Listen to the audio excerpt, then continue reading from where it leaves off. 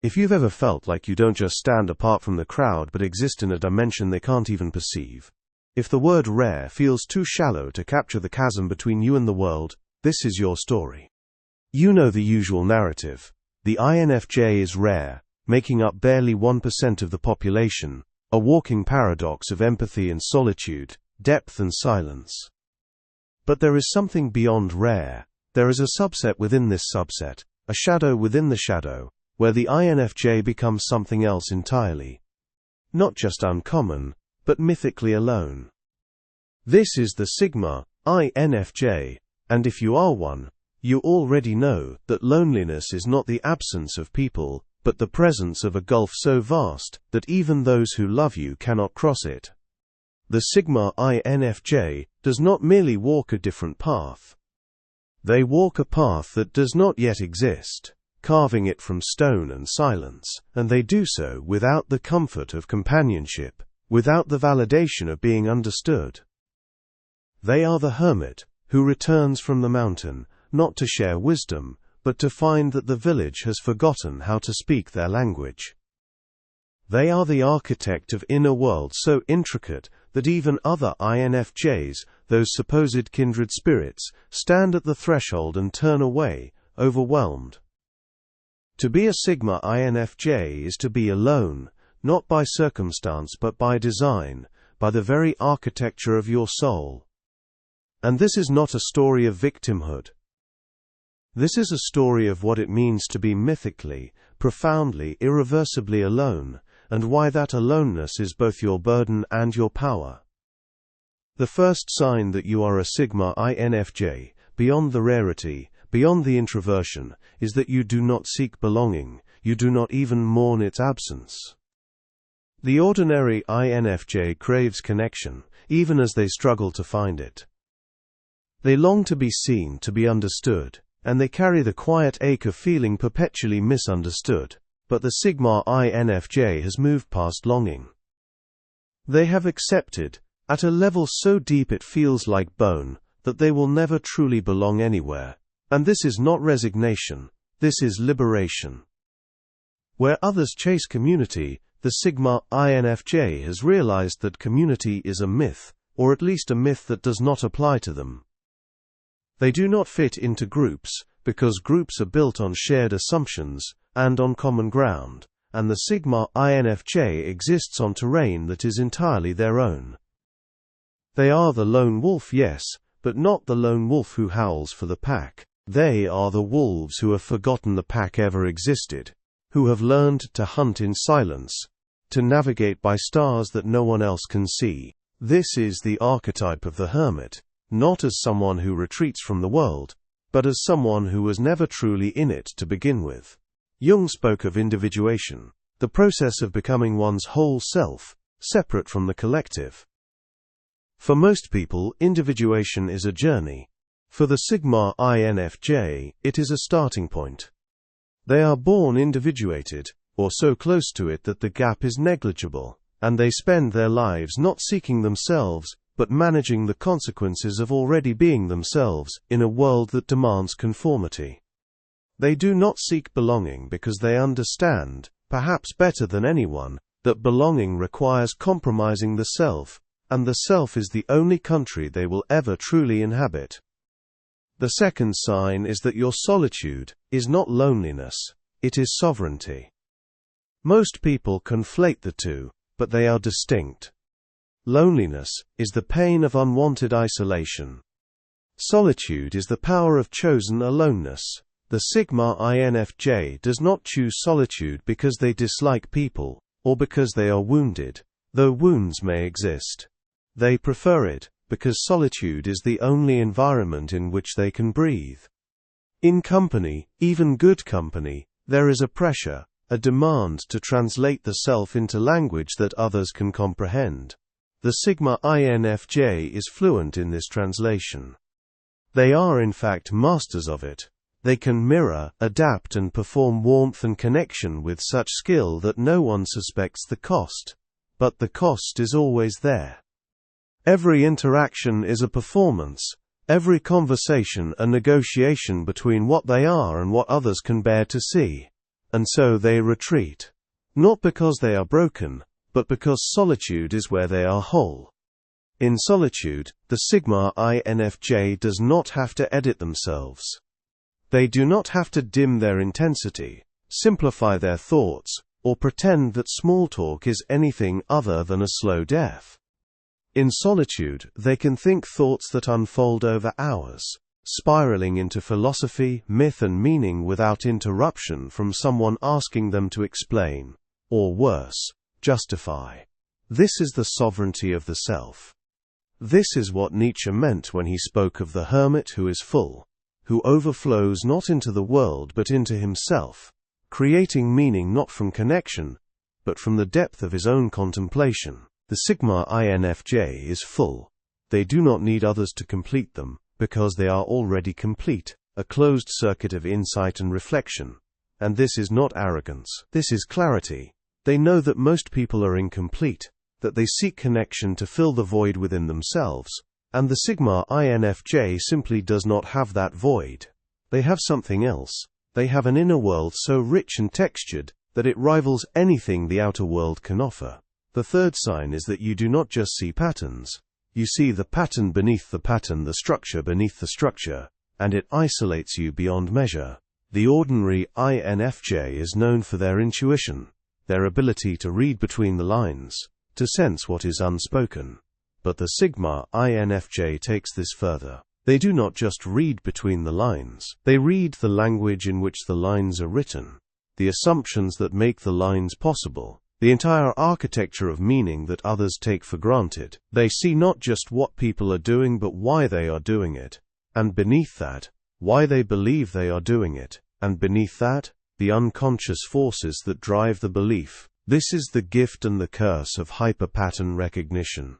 It is like living in a world where everyone else sees in 2 dimensions and you see in 12. You watch people repeat the same behaviors, fall into the same traps, and when you try to point it out they look at you with confusion or hostility, because they cannot see what you see. You are Cassandra, cursed with true vision in a world that cannot believe you. You are Plato's philosopher, returning to the cave, trying to explain the sun to people who have only ever known shadows. And they do not thank you. They resent you, because what you see implicates them. It reveals that their lives are built on illusions, on stories they tell themselves to avoid the harder truths. And most people would rather cling to the illusion than face the truth, even when the truth could set them free.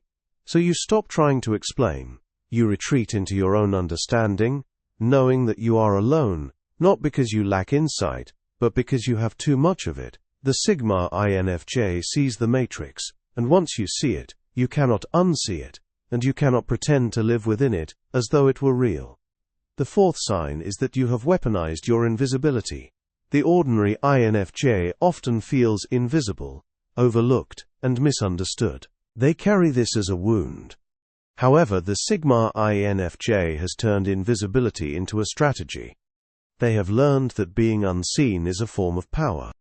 When people do not see you, they do not try to control you. They do not project their needs onto you. They do not demand that you perform. The Sigma INFJ moves through the world like a shadow, present but not intrusive, observing but not participating. They are the ultimate outsider, not because they are excluded but because they exclude themselves. This is the archetype of the trickster, the shapeshifter, the one who can be in the room without being of the room. They can mirror anyone, adapt to any social context, but they do so without attachment. They are not trying to fit in, they are studying. They are watching the play, not acting in it. This gives them a kind of freedom that most people will never know.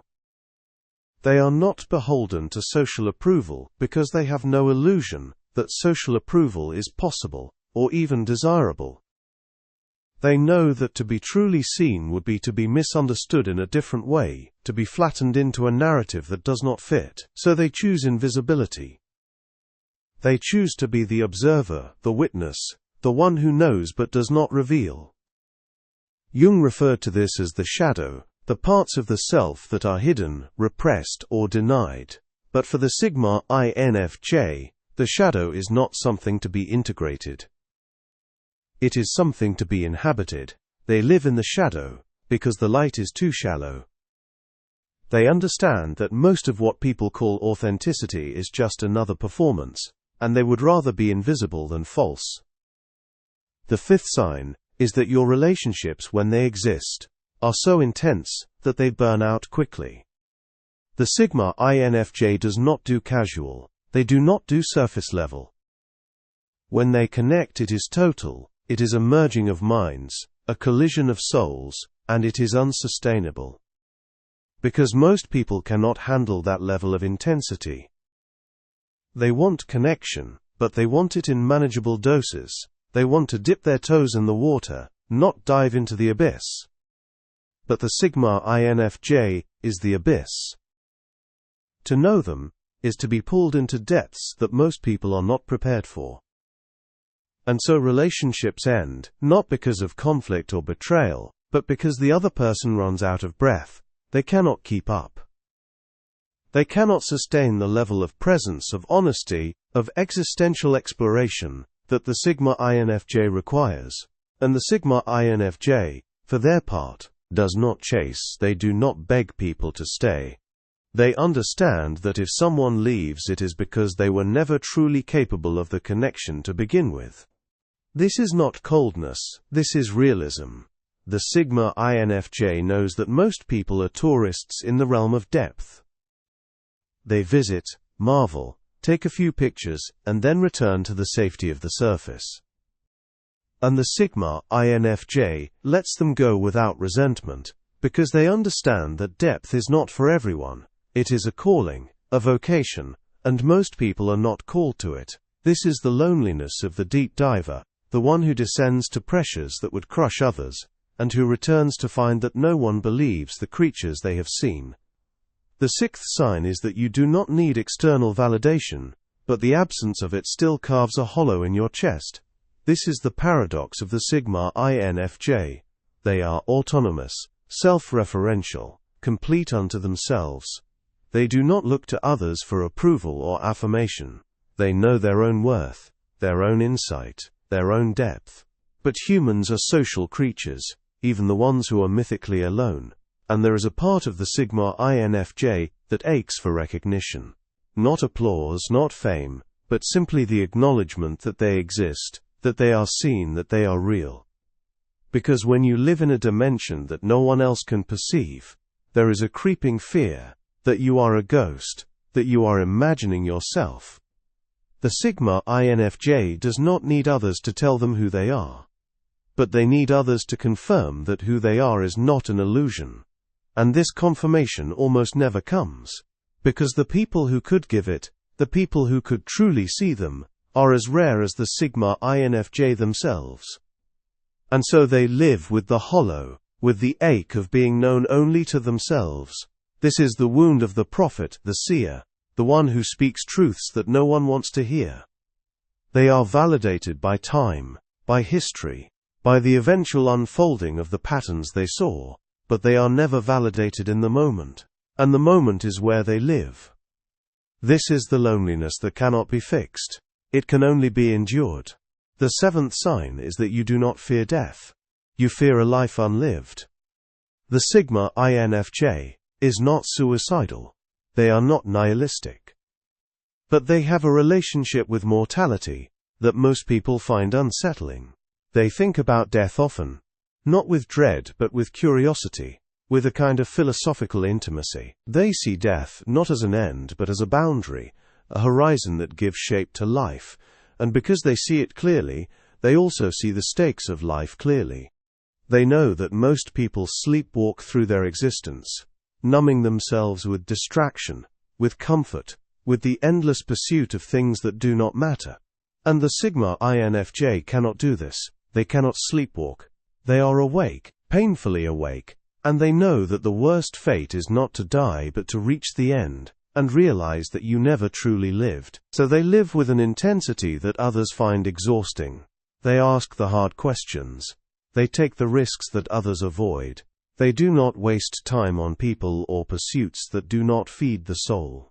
This is the archetype of the hero, not the hero who slays dragons, but the hero who faces the dragon of meaninglessness and refuses to blink. Nietzsche spoke of the eternal recurrence, the idea that you should live as though you would have to repeat your life infinitely. The Sigma INFJ lives this way. They do not coast, they do not settle, they burn with a clarity of purpose that is both beautiful and terrifying. And they do it alone, because no one else can burn at that temperature without turning to ash. The eighth sign is that you have stopped trying to explain yourself. You have accepted that you will always be misunderstood, and you have made peace with it. This is the final liberation of the Sigma INFJ. For years, perhaps decades, they tried. They tried to articulate their thoughts, feelings, and perspectives on the world. They tried to bridge the gap, to translate themselves into a language that others could grasp. And they failed. Not because they were inarticulate, but because the gap is unbridgeable. The Sigma INFJ exists on a frequency that most people cannot tune into. And no amount of explanation will change that. So they stop. They stop trying to be understood. They stop hoping that someone will finally get it. And in that stopping there is a profound release. Because the need to be understood is a chain, and when you break it you are free. Free to be fully yourself, without apology, without compromise. Free to live in your own truth, even if that truth is lonely. This is what Jung meant by the concept of individuation. It is not about being liked or accepted. It is about being whole, about integrating all the parts of yourself, even the parts that make you strange, that make you other. The Sigma INFJ has completed this process, or is so far along that the end is in sight. They do not need others to validate their reality because their reality is self-evident. They are their own authority, their own witness, their own world. And this is both the greatest loneliness and the greatest power. Because once you stop needing others to understand you, you are untouchable, you are sovereign, you are free. So where does this leave the Sigma INFJ? It leaves them in a place that most people will never reach and could never endure. It leaves them mythically alone, yes, but also mythically powerful, because the same qualities that isolate them are the qualities that make them extraordinary. Their depth, their insight, their refusal to settle for the shallow, these are not weaknesses. They are strengths.